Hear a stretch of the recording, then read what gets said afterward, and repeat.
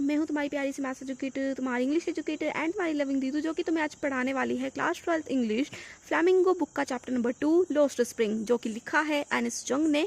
तो आज हम इस चैप्टर की फर्स्ट स्टोरी कवर करेंगे जिसका नाम है समटाइम आई फाइंड अ रूपी इन द गार्बेज। सो इस स्टोरी को जो है आज हम कवर करने वाले हैं इस वीडियो के अंदर। तो स्टोरी स्टार्ट होती है, जो हमारी एनिस जंग होती हैं वो बताती हैं कि दिल्ली के अंदर एक ऐसा एरिया है सीमापुरी नाम का, जहाँ पर जो बच्चे हैं, जो छोटे छोटे बच्चे होते हैं, वो क्या करते हैं, रैग पिकिंग करते हैं। अब रैग पिकिंग क्या होती है कि जैसे कि तुम ट्रेन में बैठे होते हो कई बार, तो तुम देखते नहीं हो आसपास जो बच्चे होते हैं, छोटे छोटे बच्चे होते हैं, वो अपने बैग लेके घूम रहे होते हैं, फिर जो भी उन्हें प्लास्टिक की बोटल्स वगैरह दिखती हैं उसको अपने बैग में डाल देते हैं। तो उस चीज़ को बोलते हैं रैग पिकिंग। तो कुछ बच्चे होते हैं, वो बताती हैं एनिस जंग की, जो है रैग पिकिंग कर रहे होते हैं हमारे आसपास बहुत सारे बच्चे। तो मैं क्या करती हूँ, एक दिन मैं अपने घर के बाहर खड़ी होती हूँ, मेरे को दिखते हैं बहुत सारे बच्चे रैग पिकिंग कर रहे होते हैं, एक टोली बना करके, तो ग्रुप बना करके मतलब। तो मैं उनसे बोलती हूँ कि इधर आओ इधर आओ, मेरे को क्यूरियोसिटी होती है उनसे बात करने की, तो मैं उनको बुलाती हूँ अपने पास में। तो वो जब वो मेरे पास में आते हैं, मैं उनसे बोलती हूँ कि तुम रैग पिकिंग क्यों करते हो।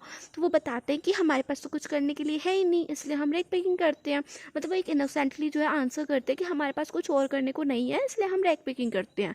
तो फिर वो जो एनिस जंग होती है वो उनसे बोलती है कि ऐसा क्या हुआ, तुम्हारे पास ऐसा कुछ करने को क्यों नहीं है, तुम स्कूल भी तो जा सकते हो, तुम अभी छोटे छोटे बच्चे हो, तुम स्कूल क्यों नहीं जाते।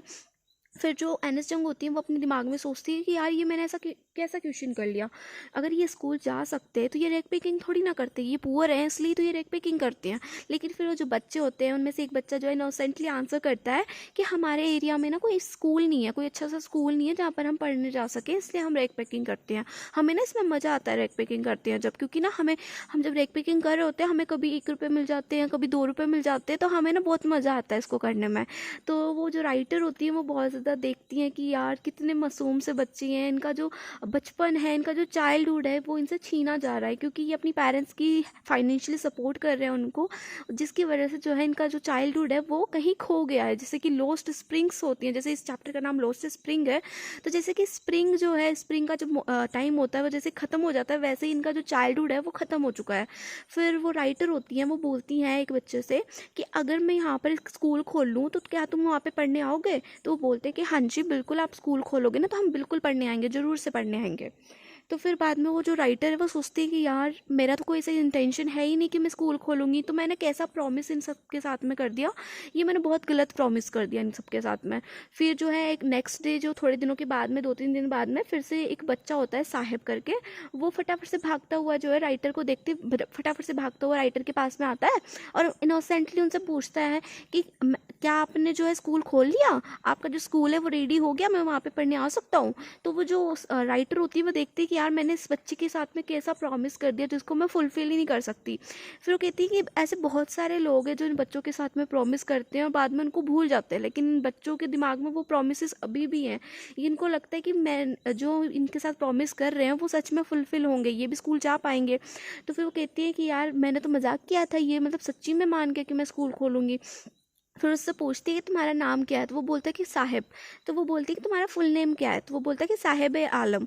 तो राइटर जो है उसका नाम सुनकर बहुत ज़्यादा सैड हो जाती हैं। अब वो सैड क्यों होती है, वो सैड इसलिए होती है कि साहिब आलम का मतलब होता है लॉर्ड ऑफ यूनिवर्स, मतलब यूनिवर्स के लॉर्ड। तो वो सोचती है कि यार अगर इस नाम के बारे में, इस नाम को अगर कोई इसे बोलेगा कि तुम्हारे नाम का मतलब ये है, तो बेचारा ये बच्चा तो समझ ही नहीं पाएगा, ये बेचारा बच्चा तो मतलब मान ही नहीं पाएगा कि इसके नाम का मतलब इतना बड़ा चीज़ हो सकती है। तो फिर वो जो है वो उससे बोलती है कि तुमने चप्पलें क्यों नहीं पहनी हुई, तुम्हारी जो टोली है तुमने चप्पलें क्यों नहीं पहनी हुई। तो वो एक बच्चा होता है वो बोलता है कि आपको पता है मेरी मम्मा है ना, वो मेरे को चप्पलें नहीं देती पहनने को, वो बोलती हैं कि तुम बाद में पहनना, मेरे को चप्पल पहनने नहीं देती वो मेरी मम्मा जो है। तो वो ऐसे मतलब जैसे कि हमारी मम्मा बोलती है ना अपनी मम्मा कि तुम सारे कपड़े ना, नए नए कपड़े जो है पहन के ख़राब कर देते हो, मैं इनको रख रही हूँ, बाद में पहना, दिवाली पे पहनना, ऐसे पहनना वैसे पहनना। तो वही चीज़ जो बेचारा बच्चा बोल रहा होता है कि मेरी मम्मा मुझे चप्पल पहनने नहीं देती, मेरी मम्मा ने वो चप्पलें रखी हुई हैं। तो दूसरा बच्चा बोलता है कि हाय ये तो झूठ बोल रहा है मैम, ऐसी कोई बात नहीं है, अगर इसकी मम्मा इसको चप्पल पहनने को भी देगी ना तब भी ये नहीं पहनेगा, ये ना मतलब पहनना ही नहीं चाहता। फिर तीसरा जो बच्चा होता है वो बोलता है कि हमारे यहाँ पे ना एक रिवाज है कि हम ना बेर फुट ही घूमते हैं, हम चप्पल पहने बिना ही घूमते हैं, हम चप्पल पहन के नहीं घूमते, ऐसा रिवाज है हमारे यहाँ पे। तो वो राइटर देखती है कि कैसे ही अपनी पुअर्टी को छुपा रहे हैं, मतलब रिवाज बना रहे हैं उसको एक तरह से, कि हमारे यहाँ पे ट्रेडिशन है कि हम बिना चप्पलों चप्पलों के घूमते हैं, लेकिन वैसा ट्रेडिशन नहीं है। वो चप्पलें इसलिए नहीं पहनते क्योंकि वो अफोर्ड नहीं कर सकते। तो एक तरह से वो अपनी पुवर्टी को छुपा रहे होते हैं। जो छोटे छोटे बच्चे होते हैं वो छोटे छोटे बहाने से बना के अपनी पुवर्टी को छुपा रहे होते हैं, लेकिन असलियत तो ये होती है कि वो जो है चप्पलों को अफोर्ड ही नहीं कर सकते। तो फिर जो राइटर होती है उसको एक चीज़ याद आ जाती है, एक इंसिडेंट याद आता है कि जब उदुपी में एक गांव है, एक शहर है उदुपी, वहाँ पर जो एक प्रिस्ट होता है, एक पुजारी होता है, तो उसका जो बेटा होता है वो रोज़ भगवान जी से प्रेयर करता है कि भगवान जी मुझे जूते दिलवा दो, मेरे पास भी जूते हो। मतलब उसके पास भी जूते नहीं होते, तो वो भगवान जी से रोज़ प्रेयर करता है कि भगवान जी मेरे पास भी ना एक जोड़ी जूते आ जाए। तो फिर वो बताती है कि जब मैं 30-40 ईयर्स के बाद में जब उस गांव में वापस जाती हूँ और जब मैं एक पुजारी के घर को देखती हूँ, तो जो पुजारी का बच्चा होता है, जो पुजारी का लड़का होता है, उसने जो है स्कूल ड्रेस पहनी होती है, शूज़ पहने होते हैं, स्कूल के शॉक्स पहने होते हैं, और ना बड़ी से थैला वैला लगा लगू के बढ़िया से बैग टाक टूक के ना वो स्कूल से वापस आ रहा होता है। तो बैग को इधर फेंकता है, जूतों को उधर फेंकता है। मतलब अपन क्या करते हैं, कई बच्चे होते हैं ना, बैग इधर फेंक दिया स्कूल से आते ही, जो जूते हैं वो जा रहे हैं उसके ऊपर, पंखे के ऊपर, टाई इधर जा रही है उधर जा रही है। तो वो वाला सीन जो है वो बच्चा कर रहा होता है। तो वो देखती है कि कितना ज़्यादा चेंज हो गया है, मतलब 30 ईयर्स में कितना डिफरेंस आ गया है। पहले जो बच्चे थे वो भगवान जी से प्रेयर कर रहे होते थे कि भगवान जी हमें एक जोड़ी शूज़ दिलवा दो, लेकिन अब जो बच्चे हैं वो पूरी की पूरी यूनिफॉर्म में हैं। तो जो राइटर होती है वो देखती है कि 30 ईयर्स में कितना चेंज आ गया है इस जगह के ऊपर, लेकिन सीमापुरी में ऐसा कोई चेंज देखने को नहीं मिला। वहाँ पर अभी भी 10 लाख रैक पिकर्स हैं जो अभी तक भी जो है रैक पिकिंग कर रहे हैं और बेयर फुट घूम रहे हैं। उनके पास अभी भी पहनने को चप्पल नहीं है, उनके पास अभी भी पहनने को कपड़े नहीं है ढंग के, और वो अभी तक भी जो है गरीबी में जी रहे हैं। तो वो देखते हैं कि उदुपी में कितना चेंज आ गया है 30 ईयर्स में, लेकिन जो अभी तक भी सीमापुरी में वो चेंज नहीं आ पाया। और जो सीमापुरी है वो दिल्ली के आउटलाइंस पर है, मतलब जैसे दिल्ली है ना उसके चारों तरफ जो है सीमापुरी बसा हुआ है, और मतलब दिल्ली का ही पार्ट है सीमापुरी इस टाइम पे। तो जो सीमापुरी है वहाँ पे जितने भी रेक पिकर्स आए हैं वो बांग्लादेश से बिलोंग करते हैं। तो जब 1971 में इंडिया पाकिस्तान वॉर हुआ था, जब बांग्लादेश जो है पाकिस्तान से अलग हुआ था, तो उस टाइम के जो लोग हैं वो इंडिया के अंदर आकर बस गए हैं सीमापुरी पर, है ना। तो सीमापुरी में जो है वो लोग 10 लाख पीपल्स जो है बस गए हैं। तो वो बताती है कि जो ये लोग हैं इनके पास जो है अपनी कोई आइडेंटिटी नहीं है, इनके पास कोई, अगर आप इनसे जाके पूछोगे ना कि मैम आप अपना आधार कार्ड दे दो, तो ये बोलेंगे हमारे पास नहीं है, क्योंकि इनके पास कोई आइडेंटिटी है ही नहीं। लेकिन इनके पास राशन कार्ड है। राशन कार्ड क्यों है? राशन कार्ड इनको दिए हुए हैं जो वहाँ के पॉलिटिशियंस हैं, उन्होंने इनके राशन कार्ड बनवाए हुए हैं, इनको राशन कार्ड दिए हुए हैं ताकि जो है राशन कार्ड के थ्रू जो है इनको वोट मिल सके। जो पॉलिटिशियंस है उनको ये वोट कर सके। एक तरह से ये चलते फिरते वोट बैंक बने हुए हैं पॉलिटिशियंस का। मतलब इनके पास कोई और आइडेंटिटी नहीं है। अगर तुम इनसे आधार कार्ड मांगोगे या फिर कोई भी कार्ड मांगोगे वो इनके पास नहीं है। लेकिन अगर तुम इनसे पूछोगे ना कि आपके पास राशन कार्ड है या नहीं है, तो ये बोलेंगे हाँ हमारे पास राशन कार्ड है। वो राशन कार्ड इसलिए है क्योंकि जो पॉलिटिशियन है उन्होंने इनको राशन कार्ड दिए हुए हैं ताकि ये जो है उनको वोट कर सके। इनको जो है फ्री का खाना मिल जाता है, जो रेक पिकर्स हैं इनको बेचारों को फ्री में खाना मिल जाता है राशन कार्ड के थ्रू, और जो पॉलिटिशियंस है को जो है वोट मिल जाते हैं। तो यही जो चीज़ है यहाँ पर सीमापुरी के अंदर चल रही है। तो जो पॉइंट होती है वो बताती हैं कि मैंने जब एक बार उसको देखा, साहिब को देखा, जो साहिब आलम थे, वो जो रेक पिकर था, छोटा सा बच्चा था, उसको जब मैंने देखा एक दिन, तो उसने ना शूज़ पहने हुए थे। अब उसने शूज़ पहने हुए थे तो मैं उसको देख रही होती हूँ, उसे घूर रही होती हूँ उसे, तो मैं मेरे को पता है क्या बोलता है, वो मेरे को बोलता है कि ये जो शूज़ है ना ये मेरे को किसी ने दिए हैं, मैंने कहीं से उठाए नहीं है, ये जो शूज़ है ना मेरे को किसी ने दिए हुए हैं। तो वो बोलता है कि मैं, आपको पता है मैं ना ये जो टेनिस खेल रहे हैं ना लोग, मेरे को ये खेलना बड़ा पसंद है, मेरे को भी खेलना है ये टेनिस, और एक दिन देखना मैं भी टेनिस खेलूँगा। तो जो राइटर होती है वो सोचती हैं कि शायद ये बच्चा जो है टेनिस कभी नहीं खेल पाएगा, क्योंकि ये इतना चीज़ अफोर्ड ही नहीं कर सकता। टेनिस अफोर्ड करना बहुत बड़ी बात है उस बच्चे के लिए। तो वो सोचती है कि शायद इसका जो ये सपना ही रहेगा। लेकिन जो इसका ड्रीम था, शूज़ पहनने का जो ड्रीम था, वो तो अब फुलफिल हो गया है, क्योंकि इसके पास शूज़ आ गए। शायद किसी अमीर आदमी ने जो है उस शूज़ में एक होल देख के उन्हें फेंक दिया होगा, या फिर इस साहब को दे दिया होगा, और इसका तो जो है भाई ड्रीम फुलफिल हो गया, इसको तो शूज़ मिल गए नए नए। तो ये शूज़ पहन के कितना खुश हो रहा है। लेकिन इसको ये भी नहीं पता कि जो ये शूज़ इसने पहने हुए हैं ये टेनिस शूज़ हैं। जो टेनिस खेलते टाइम जो शूज़ पहने जाते हैं वो शूज़ जो है उसने साहिब ने पहने हुए होते हैं। और वो बोल रहा होता है कि जो वहाँ पर जो गार्डन में जो दो लोग जो चीज़ खेल रहे हैं ना, जो टेनिस खेल रहे हैं, वो जो है मेरे को खेलना बड़ा पसंद है, और लेकिन ये जो वॉचमैन है ना ये मेरे को अंदर नहीं जाने देता। लेकिन फिर भी जब ये इधर उधर हो जाता है ना तो मैं छुपके से जो है अंदर चल जाता हूँ, और जो है ना मैं वहाँ पे झूला भी झूलता हूँ। आपको पता है वहाँ पे जो झूला लगा हुआ है वो भी मैं झूलता हूँ, और मुझे ना इनको देखने में बड़ा मज़ा आता है। ये जो गेम खेल रही है ना, इनको खेलते हुए देखने में ना मेरे को बड़ा मज़ा आता है।